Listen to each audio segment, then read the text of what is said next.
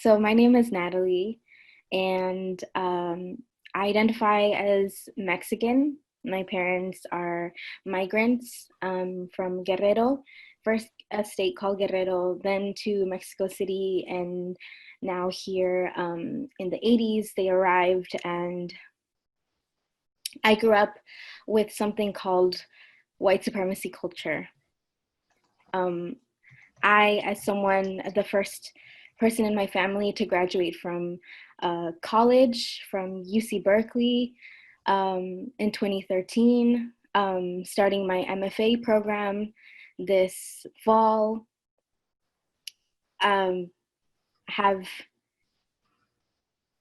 distinguished that a lot of the toxic traits that I grew up with were survival tactics that my parents had to confront when they came to this country, and even surviving capitalism in Mexico, excuse me, and then coming to the US, white supremacy culture, a little something people like to call perfectionism. Um, people that pride themselves in being perfectionists, in getting things right, in making them things as clean as possible, as crisp as possible, is a toxic trait that I grew up with. A toxic trait that actually brought up, trigger warning abuse, physical and emotional abuse from my dad, because he knew that those were the ways of the world in America, that in order to have upward mobility, you needed to sacrifice parts of your identity. You needed to sacrifice the types of food that you would take to work or I would take to school, the language, the things that we would wear, how we would dress, how we would talk, how we would move. It had to be as close in proximity to whiteness as we could possibly make ourselves to be, in order to be appeasing to white people in Orange County, California, to be specific. And so I grew up with the need to be a perfectionist. Everything became a thing about self-criticism, about this wasn't good enough, about, well, that wasn't an A. There was a moment where I got so frustrated at an award ceremony at my early college high school that I had 3 awards that I was given. And my mom and my sister were so excited. They met me outside and they're like, we're going to celebrate this. And I started crying. And I was like, I only got 3. Other people got 4.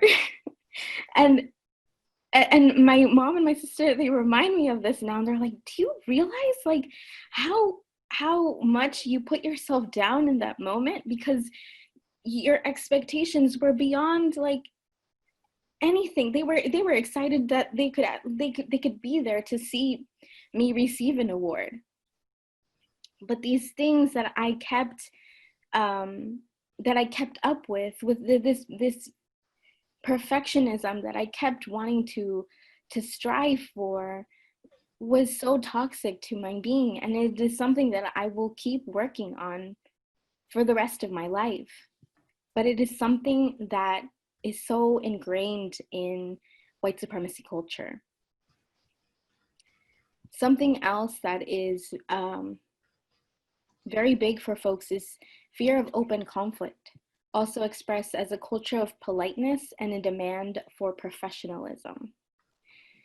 Something like tone policing, which basically goes into not what that person, the intention that person is saying, or what that person is saying, or the pain, or what's behind that, but seeing a person of color, usually it's a person of color, or it's a woman, or it's a trans person, or it's someone that makes you uncomfortable, and the fear of that person making you uncomfortable takes over, and that's all you see. And so fear of open conflict we see in a lot of work settings, not wanting to bring things up, not wanting to make waves. The right to comfort that a lot of times in white supremacy culture, this phrase of "I don't feel safe" when people are having a conversation about race, when that actually means I'm uncomfortable, and how that trivializes who is really true in their body being threatened by racial violence, and who feels uncomfortable in the conversation. I mean, this is ironic when a person speaking up has institutional power, can hire, can fire, can dismiss, and they feel uncomfortable to the point where they feel like they deserve to be comforted in that moment. If anyone has tried to, step up and have a conversation with someone that is in the hierarchy is higher up, and you see that shift, you kind of know what I'm talking about. But it could be with a friend. If the way that somebody made you feel when sometimes people get called out, and then it goes back and it says, well, I didn't mean to say that. That is the right to comfort. The way to just turn it around, and instead of looking at the impact of what you said, it becomes, I feel bad now, let's turn this back and make it about me. The sense of urgency.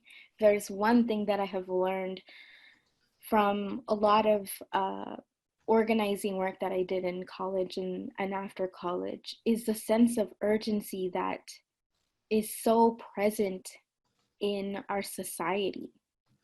How even when we want change to happen, a lot of people aren't willing to slow down to see what can we do here, what is actually beneath all of this what's actually happening here. The sense of urgency that things need to be resolved yesterday, that if it didn't happen exactly when it should have happened, that it should just be dismissed, or that it's wrong, or that we're wrong. This sense of urgency has been, I believe, part of the reason why we are where we are now, because we try to historically try to create band-aids about what racism really is, about what white supremacy has really caused. The sense of urgency of like, let's try to just fix it. Let's just fix it now, when truly it is deep work that needs to happen at the institutional level, at the personal level, and that is going to take time. And that is a lot, sometimes what disengages a lot of people, right? Because we feel like that's the last thing. We don't have time. With what time, right? So it's a sense of urgency that if it's not done by now or by tomorrow, then, it's a sense of panic. And so these are just a few. If we really get into it, I mean, white supremacy culture characteristics, it's really embedded in our society, and the more that we dig into it, the more that we see that it creates ripple effects, from everything, like I said, the institutional level, the social level, the individual, in spiritual spaces, in education spaces, in healthcare spaces.